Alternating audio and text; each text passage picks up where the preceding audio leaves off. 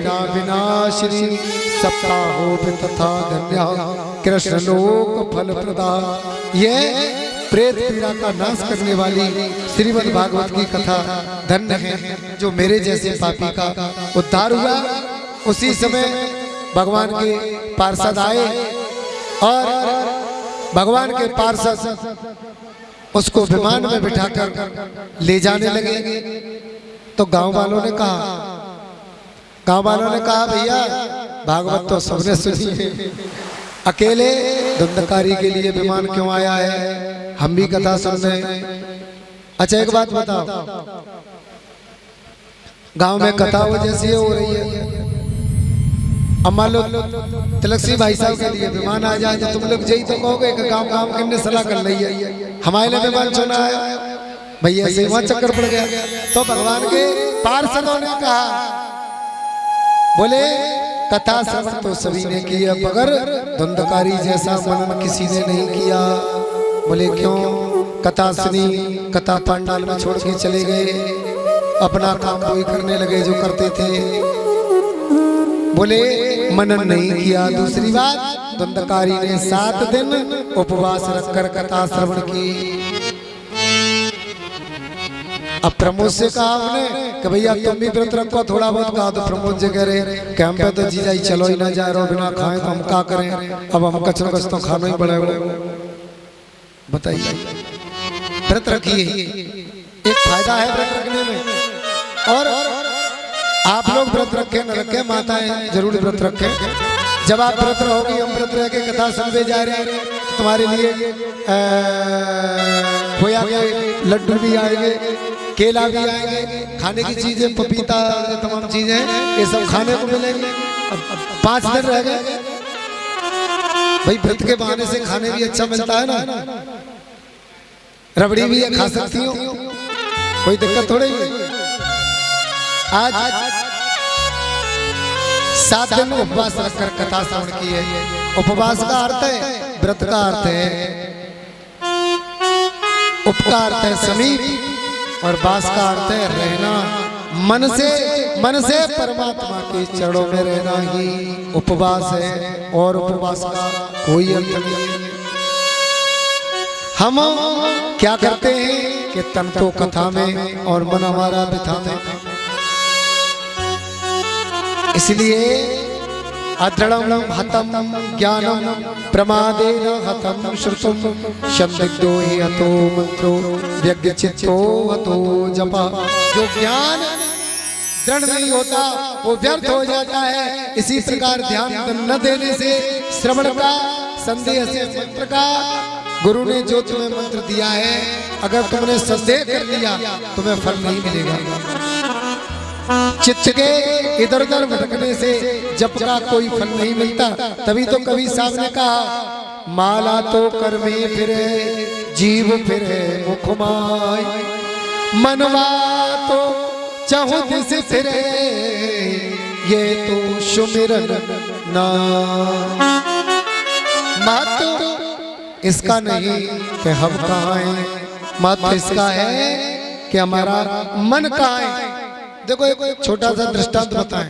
एक बात बताइए, हम जो कह रहे हैं ना वो आवाज सब लोगों के समझ में आ रही है कि नहीं आ रही है? एक बात हाथ उठा के बता दो, हाथ उठा के बता, समझ में आ रही है तो ठीक।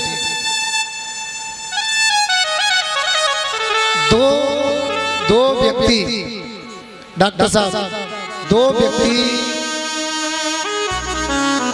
भगवान का दर्शन करने के लिए किसी तीर्थ में गए, माना कि वृंदावन गए, माना जगन्नाथपुरी गए, कहीं गए। 2 व्यक्ति गए। अब रास्ते में कहीं वैश्याओं का नृत्य हो रहा था, नौटंकी। तो एक व्यक्ति उस नौटंकी में बैठ गया, वो नाच रही थी तो बैठ गया। वैसे भी नाच होता है तो वैसे भी लोग ज्यादा इकट्ठे हो जाते हैं। हाँ, एक व्यक्ति उस नृत्य को देखता रहा। उसने कहा, अरे भैया तू नाच देख, मुझे नहीं देखना, मैं तो भगवान के दर्शन करने आया हूँ। दर्शन करूंगा। वो मंदिर में गया, उसने दर्शन किए। जब दोनों मरकर भगवान के धाम गए तो हुआ क्या? देखो भैया, जिसने वेश्याओं का नृत्य देखा था उसको स्वर्ग मिला, और जो मंदिर में भगवान के दर्शन करने गया था उसको नरक मिला। फल विपरीत हो गया। ऐसा क्यों? ऐसा इसलिए हुआ कि हम कथा में तो बैठे हैं, मन हमारा कहाँ है? हम बॉडीली प्रेजेंट, माइंडली एब्सेंट है। शरीर से बैठे, मन है ही नहीं। अब देखिए, उसको नरक क्यों मिला और उसको स्वर्ग क्यों मिला? जो वेश्याओं का नृत्य देख रहा था वो वेश्याओं का नृत्य देखते देखते सोच रहा था कि देखो, मेरा दुर्भाग्य कि मैं इस नृत्य को देख रहा हूं। मेरा वो मित्र भगवान के दर्शन कर रहा होगा, भगवान ऐसे होंगे, भगवान पता नहीं कैसे होंगे, कितनी सुंदर छवि होगी। तो बैठा कहाँ है? नौटंकी में, नृत्य में, लेकिन कल्पना मन से कहाँ की कर रहा है? भगवान की। और जो व्यक्ति भगवान के मंदिर में बैठा था, दर्शन कर रहा था, वो क्या सोच रहा था? बोले आज हमारे नृत्य के आनंद आ गए। बोले कैसे? बोले वो तो वैश्याओं का नृत्य देख रहा होगा, उसको ज्यादा आनंद आ रहा होगा। तो मंदिर में बैठने वाला व्यक्ति कल्पना कर रहा है वैश्याओं के नृत्य की, और वैश्याओं के नृत्य में बैठने वाला व्यक्ति कल्पना कर रहा है भगवान के सौंदर्य की, शोभा की। इसलिए फल में भेद हो गया। भैया, कथा का फल मिलेगा कब? बस कथा विश्राम की ओर है।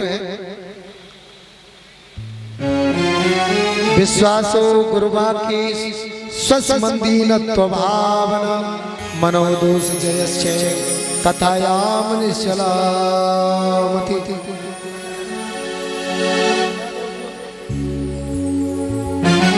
कथा का फल कब मिलेगा? बहुत ध्यान से सुनिए। गुरु के वचनों में विश्वास कर लो। अगर वास्तव में गुरु है तो मन के दोषों पे विजय, कथा में चित्त की एकाग्रता इत्यादि नियमों का पालन किया जाए तो कथा श्रवण का यथार्थ फल मिलता है। देखो, समस्त वाङ्मय का सार है श्रीमद् भागवत। वेद उपनिषद सबका सार है श्रीमद् भागवत, और श्रीमद् भागवत का सार है भगवान कृष्ण की कथा, और कृष्ण की कथा का सार है भगवान का दर्शन। कथा सुनकर भगवान को पाने की जिज्ञासा अगर न जागी, हृदय गदगद न हुआ उस गोविंद को पाने के लिए तुम्हारे कदम नहीं दौड़े तो तुमने क्या कथा?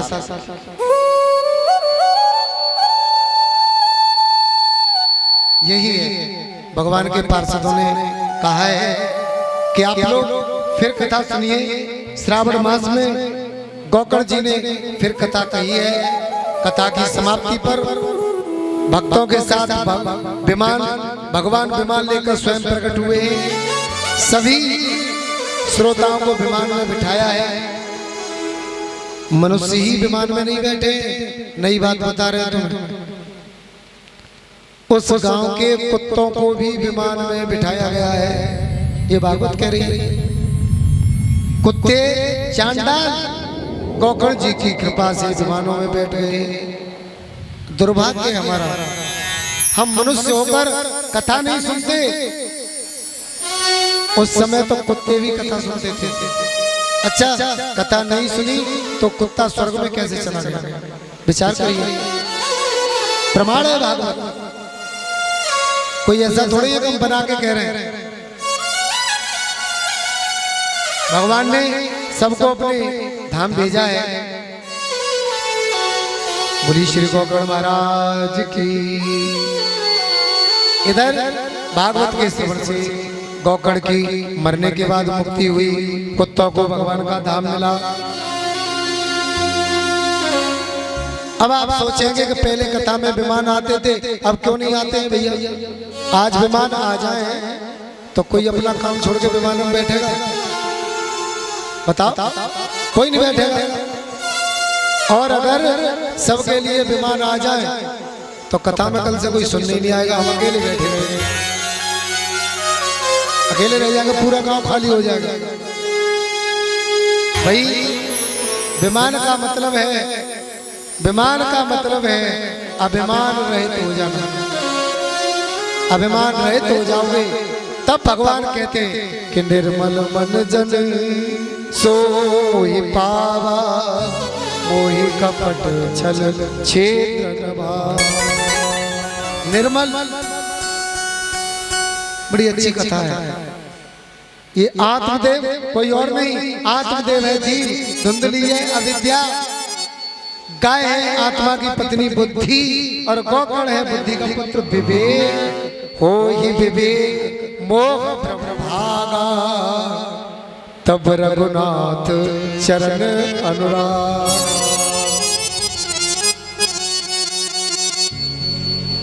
इस धुंधकारी की कथा का साधारण सा तात्पर्य है, किसी व्यक्ति की घर परिवार में गांव में अकाल मृत्यु हुई हो, गंगा जमुना किसी नदी में डूबकर हुई हो, एक्सीडेंट से मृत्यु हुई हो, लंबी बीमारी से मृत्यु हुई हो, अकाल मृत्यु हुई हो, फांसी से मृत्यु हुई हो, ऐसे व्यक्ति के नाम से अगर भागवत कराई जाए तो उसे तत्काल भगवान मुक्ति प्रदान करते हैं। ये इसका वर्णन सूत जी महाराज ने 5 अध्यायों में किया। भागवत का महात्म एक अध्याय में बताया है कि कथा कैसे सुने। तो ये भी श्रवण कर लीजिए। आध घंटे में कोई किसी का काम तो नहीं खराब हो रहा है, आध घंटा और थोड़ा बोले दे रहे संक्षेप में। हाँ, नियम ही बताना है। देखो भैया, बताया है कथा के लिए स्थान कैसा हो। बोले तीर्थे बाप बने बाप, ग्रहे वा श्रवणम मतम। बोले तीर्थ होना चाहिए, बापी बोले वन होना चाहिए, ग्रह होना चाहिए। तीर्थ में कथा का सुनना उत्तम माना गया है, इसलिए लोग तीर्थों में जा जाकर भगवान की कथा कराते हैं, श्रवण करते हैं। महत्व